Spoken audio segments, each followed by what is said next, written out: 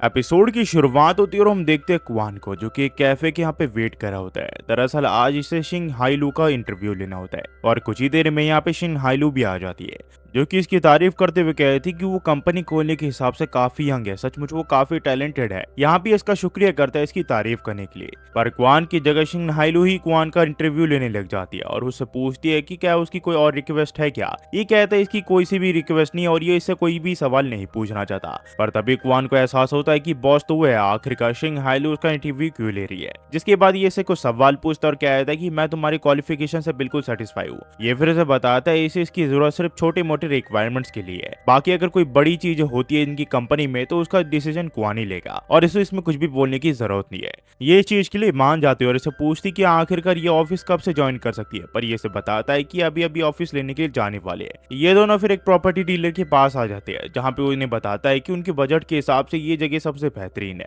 पर क्वान यहाँ पे हाइलू से पूछता है कि इससे महंगी कोई जगह नहीं है क्या। ये इसे बताती है कि ये जगह सबसे महंगी है सिटी की और इसे बढ़िया प्लेस इसे कहीं पे भी नहीं मिलेगा। तो ये इसे कहता है कि इस पूरी बिल्डिंग को रेंट पे लेना चाहता है। जो सुन के ये प्रॉपर्टी डीलर हैरान हो जाता है और उसी के साथ वो खुश भी होता है क्योंकि यहाँ पे इसे काफी मुनाफा हो रहा होता है। तभी हाइलू से कहती कि वो श्योर है क्या, क्योंकि यहाँ का रेंट जो है वो 3,60,000 युआन है, वो भी पर मंथ। इसकी ये बात सुन के प्रॉपर्टी डीलर कहता है कि आप चिंता मत करिए, मैं आपको सस्ते में इस बिल्डिंग को रेंट पे देने के लिए तैयार हूँ। और जैसा कि आपको पता है इस बिल्डिंग का खूबसूरत नजारा आपको कहीं पे भी देखने को नहीं मिलेगा। पर क्वान इसे कहता है कि तुम्हारी बिल्डिंग का रेंट काफी कम है, थोड़ा उसे बढ़ाओ। और क्वान अपने हिसाब से इसकी बिल्डिंग का रेंट बढ़ा देता और कहता है कि वहां से हर महीने इसे 7 लाख युआन देगा। इसकी ये बात सुन के प्रॉपर्टी डीलर काफी खुश हो जाता है। पर क्वान तो सिर्फ अपने पैसे लगाना चाहता है क्योंकि हर महीने उसे 3 लाख युआन मिलने वाले हैं जिसे वो किसी भी हाल में उड़ाना चाहता है। हाइलू फिर से वो सामान का लिस्ट दिखाती है जो कि ऑफिस के लिए लाने वाले, पर ये कहते हैं ये तो काफी कम में है, कम से कम तुम ऑफिस के जो फर्नीचर का बजट है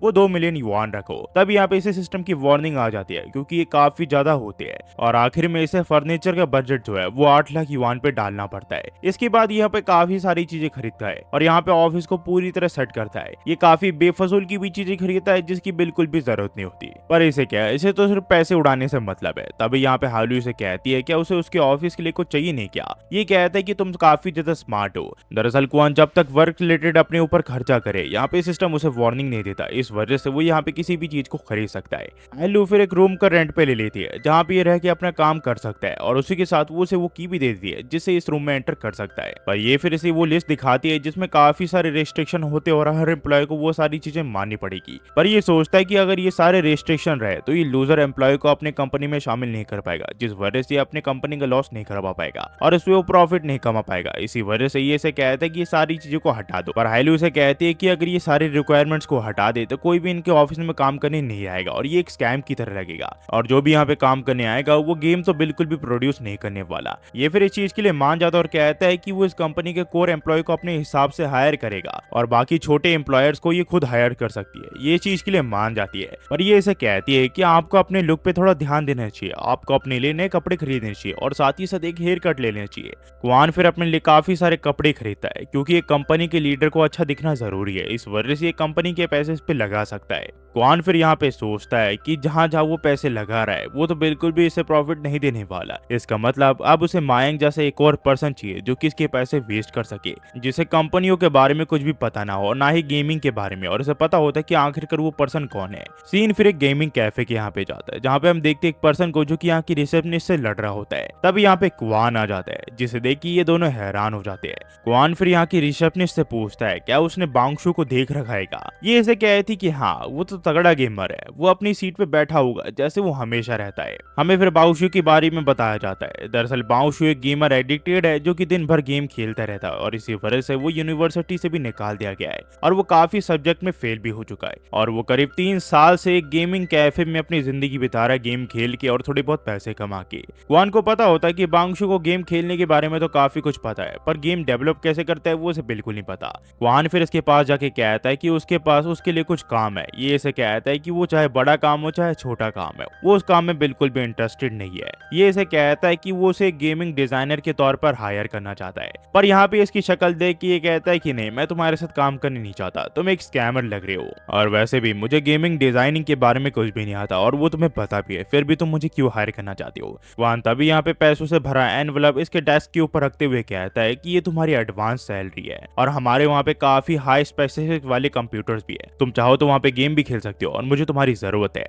मुझे तुम जैसे पर्सन की ही जरूरत है जिसे गेम से इतना लगाव हो। बेशक तुम्हें यहाँ पे गेमिंग डेवलपिंग ना आती हो, पर फिर भी तुम मेरे काम की हो। अगर तुम्हारा माइंड चेंज हो जाए तो तुम मुझे कांटेक्ट कर सकते हो। ये अपना तुरंत ही माइंड बना लेता और कहता है कि ठीक है, मैं तुम्हारे साथ काम करने के लिए तैयार हूँ। बाओशू इस चीज से काफी खुश होता है क्योंकि वो काफी सालों से इसी अपॉर्चुनिटी का वेट कर रहा था। वान फिर अपने रूम के यहाँ पे आ जाता है और सोचता है कि 2 हफ्तों में उसने इतने सारे पैसे उड़ा दिए और रिजल्ट से वो काफी ज्यादा खुश है। और जब तक मायांग और बाओशू जैसे लोग इसके साथ है, इसकी कंपनी जरूर से पानी में डूबेगी और ये काफी प्रॉफिट कमाएगा। हमें फिर अगले दिन दिखाया जाता है जहाँ पे क्वान ऑफिस के लिए लेट हो चुका होता है और जैसे ही उसकी नजर घड़ी पे जाती है वो बिल्कुल हैरान हो जाता है और भागते हुए अपने ऑफिस के यहाँ पे पहुंचता है। तभी इसकी मुलाकात एक लड़के से होती है जिसका नाम होंग सीबो होता है। सीबो इससे पूछता है कि तुम भी यहाँ पे इंटरव्यू के लिए आए हो। ये यहाँ पे अनजान बन के कहता है कि हाँ, मैं भी यहाँ पे इंटरव्यू के लिए आया हूँ। क्वान इसे पूछता है कि वो इस कंपनी में इंटरेस्टेड है क्या वो यहाँ पे काम करना चाहता है। ये कहता है कि हाँ, वो इंटरेस्टेड है और उस कंपनी में काम करना चाहता है। तो क्वान इसे पूछता है कि आखिरकार वो दोपहर के समय में यहाँ पे इंटरव्यू देने क्यों आया। ये इसे बताते ही एक और कंपनी में काम करता है और अभी लंच टाइम चल रहा है, इसी वजह से यहाँ पे इंटरव्यू देने के लिए आया है। वहाँ पे इसे ओवर टाइम करवाते, इसी वजह से वो जगह से बिल्कुल भी पसंद नहीं है।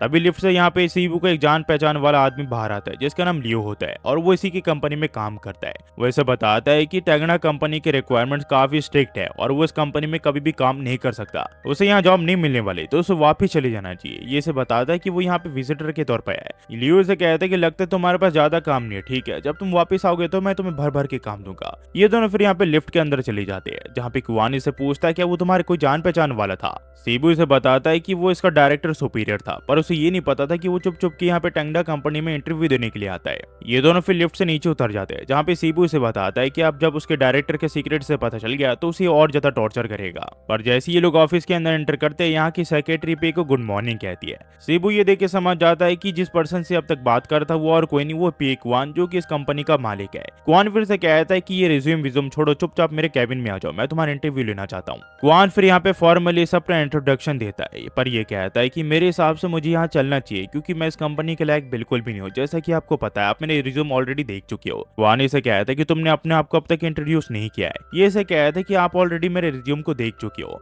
और अब तक आपको पता चल गया होगा कि मैं इस कंपनी में काम करने लायक बिल्कुल भी नहीं हूँ। क्वान इसे कहता है कि तुम ऐसा क्यों सोचते हो, मुझे तुम जैसे लोगों की जरूरत है। ये इसे कहता है कि मेरे पास सिर्फ 6 महीने की वर्किंग एक्सपीरियंस है, आखिरकार आप मुझे क्यों हायर करे हो। ये इसे कहता है ये तो और भी अच्छा है, कल से तुम मेरे यहाँ पे काम करने के लिए आ जाना। सीबू इसे कहता है कि आप जल्दी कर रहे हो, आपके यहाँ पे काम करने से पहले मुझे अपनी कंपनी को रेजिग्नेशन लेटर सबमिट करना पड़ेगा। क्वान इसे बताता है कि कोई बात नहीं, तुम परसों से हमारे यहाँ पे काम करने आ सकते हो। क्वान फिर से कहता है कि तुम कितनी सैलरी पे यहाँ पे काम करना चाहते हो। ये इसे कहता है कि आप 1500 यौन दे दो तो मैं यहाँ पे काम करने के लिए तैयार हूँ, आप चाहो तो मैं यहाँ पे ओवर टाइम भी कर लूंगा। ये कहता है कि घबराओ मत, मैं तुमसे ओवर टाइम नहीं कर पाऊंगा, पर तुम्हारे टैलेंट के हिसाब से तुम्हारी सैलरी बहुत कम बता रही हो तुम। मैं तुम्हें बताता हूँ कि तुम्हारे मंथली कितना खर्चा होता है और उस हिसाब से ही मैं तुम्हें सैलरी दूंगा। क्वान फिर से कहते हैं कि मैं तुम्हें मंथली 4000 युआन देने के लिए तैयार हूँ। सीबू फिर क्वान की तारीफ करते हुए कहते हैं कि आप जैसा पर्सन आज तक मैंने नहीं देखा, मैं टेंगड़ा कंपनी के लिए सब कुछ सैक्रिफाइस करने के लिए तैयार हूँ। क्वान फिर आराम से अपने चेयर पे बैठ जाता है और सोचता है कि अब उसकी कंपनी बिल्कुल भी प्रॉफिट नहीं कमाने वाली, इसका बस अब लॉस होने वाला है। तभी यहाँ पे हेलो आ जाते हैं जो कि इसे कहती कि कोई पर्सन आपसे मिलना चाहता है। ये इसे कहता है कि अब ये इंटरव्यू नहीं करने वाला तो उसे वापस भेज दो। हेलो इसे बताती है कि वो एक औरत है और उसने एंट्रेंस बंद कर रखा है, वो बस आपसे मिलना चाहती है, बेशक वो यहाँ पे काम कर पाए या फिर ना।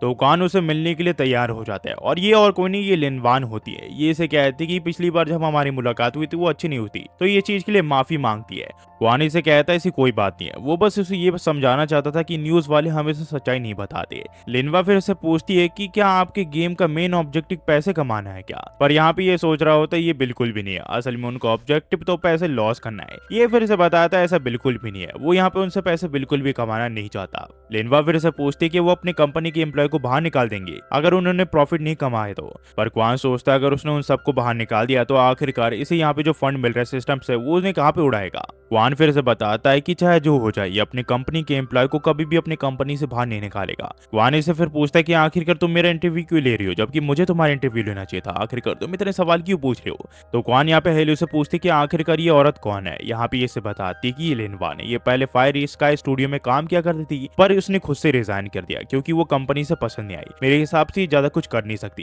क्वान फिर यहाँ पे लिनवान को कहता है कि तुम जैसे पर्सन की ही मुझे तलाश थी, तुम्हें आज से मैं हायर करता हूँ, तुम हमारी कंपनी के लिए आज से काम करोगी। और यहाँ से जो कहानी वो टू भी कंटिन्यू जाती है गाइस। इसका अगला पार्ट अगले हफ्ते आएगा, तब तक के लिए वेट कीजिए और देखते रहिए मूवी बॉय रिकैप। मुझे पता है आप में से सभी लोग कह रहे होंगे कि इतने दिनों के बाद आप ये वीडियो डाल रहे हो, तो आखिरकार भाई साहब आप कहाँ पे थे, आपने वीडियो क्यों नहीं डाली। गाइस मैं आपको बताना चाहता हूँ मैं और भी वीडियोस पे काम कर रहा था और मैं काफी सारे एनिमीज को एक साथ देख रहा था, जिस वजह से वो बिंज वॉचिंग होगी और मैं उन सबको ही देखे जा रहा था 4 दिन से, और कुछ घर पे भी काम थे, इसी वजह से थोड़ा टाइम लग गया। पर आप चिंता मत करिए, चैनल पे अब काफी सारे एनिमीज आने वाले, क्योंकि मैंने काफी सारे नए एनिमीज को देख रखा है और वो अब चैनल पे जल्दी ही आने वाले। आखिर में जाते हुए सिर्फ इतना ही कहूंगा, thanks for watching, next video में होपफुली आप सब बढ़िया होंगे।